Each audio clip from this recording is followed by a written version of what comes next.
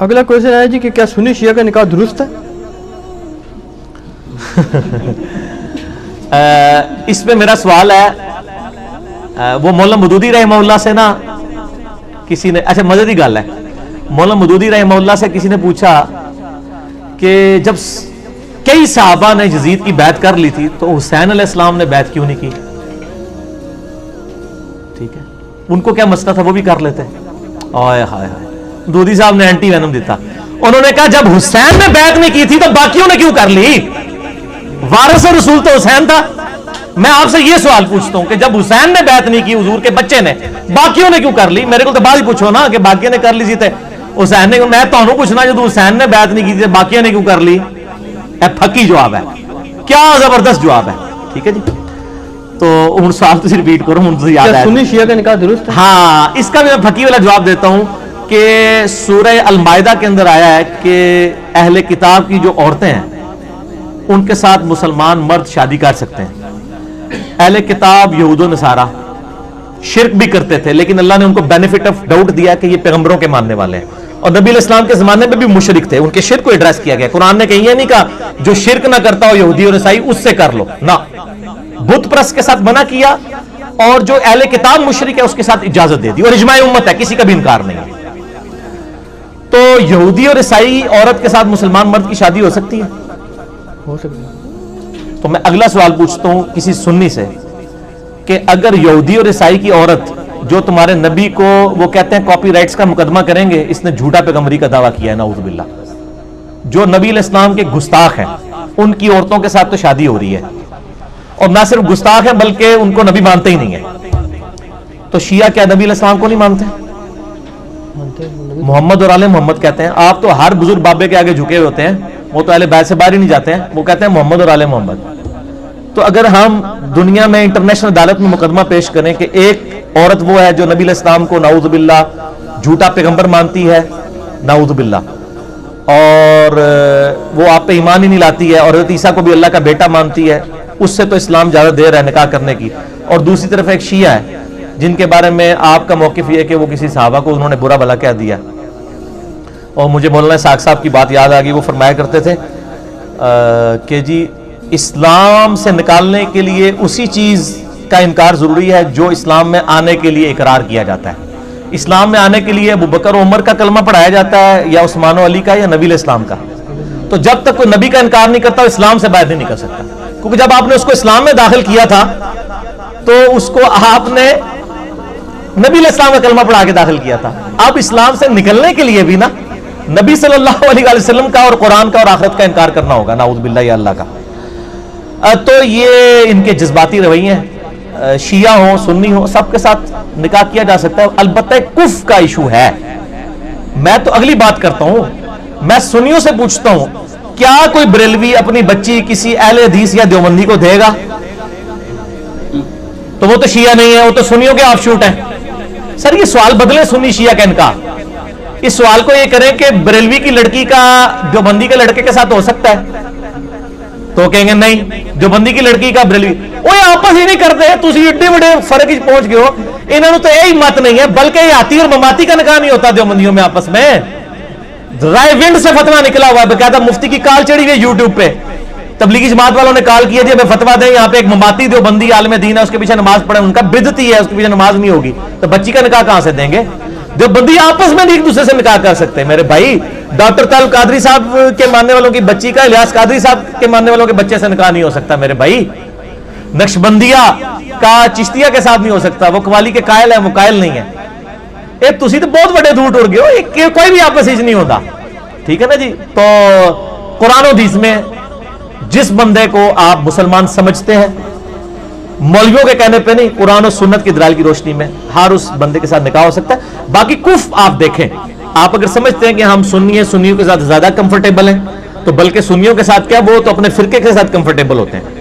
یہاں پہ کئی اہل حدیث مولویوں نے لیکچر ریکارڈ کرائے ہیں کہ جی اپنی بچیاں جو ہیں وہ حنفیوں کو نہ دیں، ٹھیک ہے نا، وہ تو اہل حدیث حنفی کا بھی نکاح نہیں ہوتا، لیکن بڑی حیران کن بات ہے کہ ٹی وی پہ سنی شیعہ کو اجاگر کیا جاتا ہے تاکہ امت لڑے، ورنہ ریالٹی ان مولویوں کی یہ ہے کہ اہل حدیث اور بریلوی دیوبندی بھی آپس میں شادی کرنے کے لیے تیار نہیں ہے، ٹھیک ہے، لہذا سوال ہی جعلی ہے۔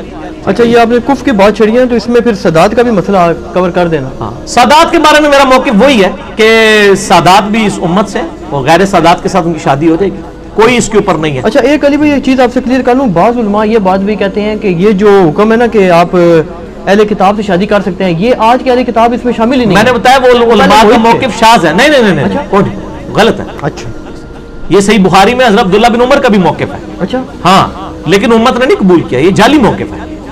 اس لیے کہ قرآن نے اس کی تفریق نہیں نہ کی. قرآن تو ایک ایک شرک کھول کے بیان کر رہا ہے, تو قرآن یہ کہتا نا کہ اہل کتاب موحدین کے ساتھ کرو, ٹھیک ہے نا. یہ کہتے ہیں جو اہل کتاب اللہ کو ایک مانتے ہو نا اس سے ہوگا. ہم ان سے یہ پوچھتے ہیں کہ جو اہل کتاب اللہ کو ایک مان رہا ہے لیکن نبی علیہ السلام کو جھوٹا پیغمبر مان رہا ہے, تو آپ کی غیرت گوارا کرتی ہے؟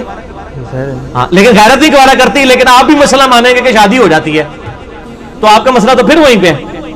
اللہ کو ایک مان بھی رہے ہیں تو نبی علیہ السلام کو تو جھوٹا کہہ رہے ہیں نا. یہ آپ نے جو بات فرمائی نا, اس سے ایک سوال میرے ذہن میں آ گیا جو غالباً غامدی صاحب سے کسی نے کرنا تھا, میں نے سنا تھا, کوئی صحیح یاد نہیں آ رہا کس نے کیا, کہ جی یہ تو آپ بتائیں کہ جب آپ یہ کہتے ہیں کہ جب ان سے شادی جائز ہو جاتی ہے, جائز ہے صاحب کے نزدیک آپ فرما رہے ہیں, تو وہ کہتے ہیں کہ جی پھر ساتھ یہ بھی حکم ہے کہ ان کو دوست نہ بناؤ, تو بیوی کے ساتھ کیا نفرت رکھ کے نہیں. یہ سوال کسی نے چلے میں آپ کو ایڈریس کر لیتا ہوں, اس کے بعد آپ کو کوئی اجازت نہیں اس سے ہٹ کے سوال کرنے کی, کیونکہ پھر آپ اور طرف چلے جاتے ہیں. جو لوگوں کے سوال ہیں نا وہ ہمیں گالیاں کھانی پڑتی ہیں. 3 ہفتے سے پرچیاں پینڈنگ ہیں اور آپ نے بیچ میں اپنا جو ہے نا وہ معاملہ سوال سے ضمن آ گیا. نہیں ضمن نہیں نہ کرنا, آپ کو منع کیا تھا نا میرے بھائی, لوگوں کی حق تلفی ہو رہی ہے نا, یہ کام نہ کریں آپ, اپنا مطلب نہ نکالیں نا آپ. مسئلہ یہ ہے کہ یہود و نصارہ کے ساتھ دلی دوستی منع ہے. قرآن میں کہیں نہیں آیا کہ یہود و نصارہ کے ساتھ دوستی منع ہے. دلی لگاؤ نہیں ہونا چاہیے, دلی لگاؤ ایسا لگاؤ جس میں آپ اسلام سے ریلیٹڈ کوئی راز اس کے سامنے کھول دیں. اور یہاں تو لوگ بیویوں سے تنہائیں چھپائے بیٹھے ہوئے ہیں, مسلمان بیویوں سے, وہ تو کسی نے نہیں پوچھا کہ تنہائیں کیوں چھپائی ہوئی ہیں. تو یہود و نصارہ میں سے بھی اگر کسی نے کوئی عورت کر لی ہے, آپ نے مسلمانوں سے تنہائیں چھپائی ہوئی ہیں, اور کوئی اسلام کا ایسا راز ہے جس کی وجہ سے اسلام کو نقصان ہو سکتا ہے, اور وہ کوئی یہود و نصارہ کی بیوی اس کی ہے, تو اس سے چھپا لے تو اس میں کیا حرج ہے. آپ نے تو بیویوں سے تنہائیں چھپائی ہوئی ہیں, ٹھیک ہے. جو آپ چوری چھپے پچھلوں کو خرچے بھیجتے ہیں وہ چھپائے ہوئے ہیں, تو ادھر آگے سر میں نے پھکیلے جواب دیا نا, ٹھیک ہے. چلو اچھا کور ہو گیا جی. اسی کور کرنا ہے. اگلا سوال جو غامدی صاحب کا ذکر کیا وہ غامدی صاحب کا سوال ہی آ گیا جی. جاوید غامدی صاحب کسی کو کافر نہیں سمجھتے, حتیٰ کہ قادیانیوں کو بھی کافر نہیں کہتے, حالانکہ وہ خود نبی صلی اللہ علیہ وسلم کو آخری نبی مانتے ہیں. اب اس تضاد میں ہمارا کیا عقیدہ ہونا چاہیے؟ ہمارا عقیدہ میرے بھائی ریکارڈڈ ہے. غامدی صاحب کا جو مسئلہ ہے نا وہ پہلے یہ بتائیے درست ہے وہ نہیں, میں اس پہ کوئی کمنٹس نہیں کروں گا, اس لیے کہ وہ بڑا کمپلیکس مسئلہ ہے. میں یہاں پہ آپ کو غامدی صاحب پہ پی ایچ ڈی تھیسس کرانے کے لیے نہیں بیٹھا ہوا. اچھا میں آپ کو اپنا موقف بتا دیتا ہوں. میرا یوٹیوب پہ ایک کلپ ہے قادیانیوں کو دعوت اصلاح, اس میں میں نے اپنا موقف بیان کر دیا. میرا موقف یہ ہے کہ نبی صلی اللہ علیہ وآلہ وسلم کے بعد کوئی شخص امتی نبی ہونے کا دعویٰ کرے یا وہ دعوی نبوت تو نہ کرے, لیکن کشف اور الہام کے ذریعے امت کو بتایا کہ میرا کو اللہ نے ڈائریکٹ رابطہ ہے, وہ سب کے سب ایک کیٹیگری میں فال کرتے ہیں. میں سب کو ختم نبوت کا ڈاکو سمجھتا ہوں, اور یہ سمجھتا ہوں کہ ان کا یہ عقیدہ ان کو اسلام سے باہر نکال دیتا ہے. ٹھیک ہے, میرا موقف ریکارڈڈ آپ دیکھ لیں, ہزاروں لوگ وہ دیکھ چکے ہیں. قادیانیوں کو دعوت اصلاح. اور باقی میں ادھر ایڈ کر لوں کہ جتنی بھی پاکستان میں تحریکیں چل رہی ہیں نا ختم نبوت کی, میں ان تحریکوں کو ختم نبوت تحریکیں سمجھتا ہی نہیں ہوں, کیونکہ اگر یہ ختم نبوت تحریکیں ہوتی تو جن جن لوگوں نے ختم نبوت پہ ڈاکہ مارا ہے ان لوگوں کے خلاف ہوتی. یہ صرف اینٹی قادیانی تحریکیں ہیں, لہٰذا یہ اپنے نام چینج کریں, اس کا نام رکھیں اینٹی قادیانیت تحریک, کیونکہ اگر ختم نبوت تحریک کی بات ہوگی تو جن جن لوگوں نے ختم نبوت پہ ڈاکہ مارا ہے اور وہ ان کا تعلق چاہے آپ کے کسی سلسلے کے ساتھ ہے, ان سب کو اسی لاٹھی سے ہانکنا ہوگا. آپ یہ کہہ سکتے ہیں کہ یہ کتا روسٹ ہے, یہ بلی روسٹ ہے, لیکن ہے دونوں ہی حرام ہوں گے. ریشو پروپورشن کا فرق کر سکتے ہیں کہ قادیانی جو ہے وہ کتا روسٹ ہے اور دوسرے بلی روسٹ ہیں, لیکن ہے دونوں ہی حرام.